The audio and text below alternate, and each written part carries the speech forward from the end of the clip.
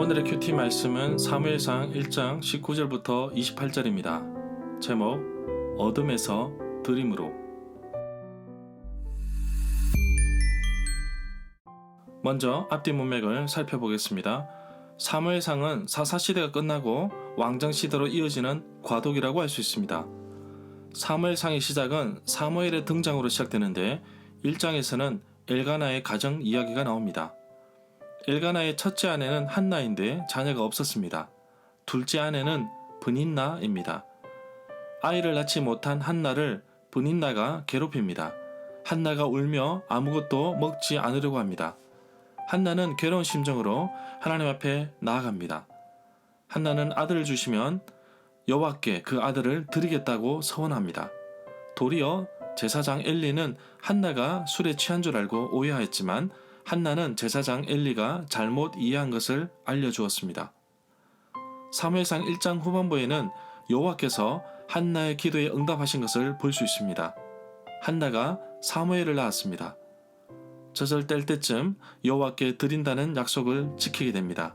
기도에 응답하신 여호와라는 이름의 뜻을 지닌 사무엘은 앞으로 살기 위해 실로에 있는 여호와의 장막으로 향하게 됩니다. 문단을 나눠보겠습니다. 19절부터 20절은 사무엘의 출생, 21절부터 28절은 사무엘을 하나님께 바침, 19절에 보면 엘가나와 그의 가족들이 아침에 일찍 일어나 여호와 앞에 경배하였습니다. 그리고 그들이 사는 라마에 있는 집으로 돌아갔습니다. 엘가나가 자기 아내 한나와 동침하였는데 여호와께서 한나를 생각해 기억해 주셨습니다. 20절에 보면 한나가 임신을 하게 되었는데 아들을 낳게 됩니다. 한나는 내가 여호와께 구하여 얻었다라는 뜻을 가진 이름을 지었습니다. 바로 사무엘입니다.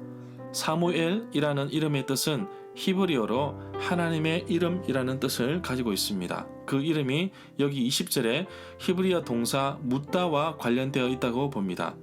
구약시대 때는 많은 사람들의 이름이 그 사람이 태어날 때 무슨 일이 있었는지를 잘 알려주고 있습니다. 21절에 보면 엘가나와 그의 온 가족이 여호와께 해마다 드리는 매년제와 약속을 지키는 제사인 서원제를 드리기 위해 실로로 올라갔습니다. 이번에도 엘가나는 또다시 여호와 성전 앞에 있는 실로로 올라가려고 할 때입니다. 이 구절에 서원제라는 말이 나오는데 또는 그가 약속하였던 특별한 제사라고 이해할 수도 있습니다. 본문은 엘가나가 했던 서원에 대해서 언급하지 않습니다. 그래서 서원제로 드리는 희생제사가 무엇을 위하는 것인지 분명하지는 않습니다. 아마 한나의 서원 1장 11절을 엘가나가 받아들인 것이 아닌가 생각하게 됩니다. 22절에 보면 그러나 한나는 엘가나와 함께 실로로 올라가지 않겠다고 하였습니다. 사무엘이 젖을 떼거든 이 아이를 데리고 여호와를 뵈러 가겠다고 합니다. 그리고 이 아이가 영원히 그곳에 있게 하겠다고 하였습니다. 과연 이스라엘 문화 속에서 아이가 젖을 먹는 시간, 젖을 떼는 시간이 얼마나 될까요? 3년이라는 정도는 매우 길다고 생각할 수 있습니다. 24절에 보면 사무엘이 젖을 뗀 후 사무엘을 데리고 여호와의 장막에 있는 실로로 올라갔습니다. 수소 3마리와 밀가루 한 에바 22리터와 포도주 한 가죽 부대를 가지고 갔습니다. 그런데 그 아이 사무엘은 아직도 어렸습니다. 아직도 어린 사무엘은 3돌 정도 지난 우리나라 나이로 4살 정도 되었을 것으로 추측됩니다. 여기에서 수소는 서원을 하였기 때문에 화목제로 쓰였지만 젖을 떼는 날에 잔치를 베풀기도 하였습니다. 과거에 이삭이 젖을 떼는 날에 아브라함이 큰 잔치를 베풀었다고 창세기 21장 8절에 기록하고 있습니다. 과거 우리나라에서 100일 잔치를 하는 것처럼 이와 비슷하다고 볼 수 있습니다. 이 구절에 수소 3마리라고 하였는데 몇몇 고대 번역본들에서는 3년생 수소라고 볼 수 있습니다.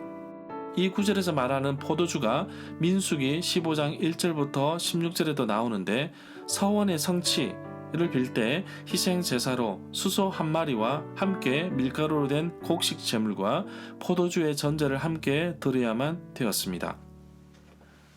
25절부터 27절에 보면 여호와께 수소를 잡아 제물을 바쳤고 엘리 제사장에게는 자신이 여호와께 기도하였는데 여호와께서 자기 기도를 들어주셔서 이 아이를 자신에게 주었다고 하였습니다. 그들은 소를 잡아 제물을 바쳤습니다. 그리고 나서 한나는 사무엘을 데리고 엘리에게 나아갔습니다.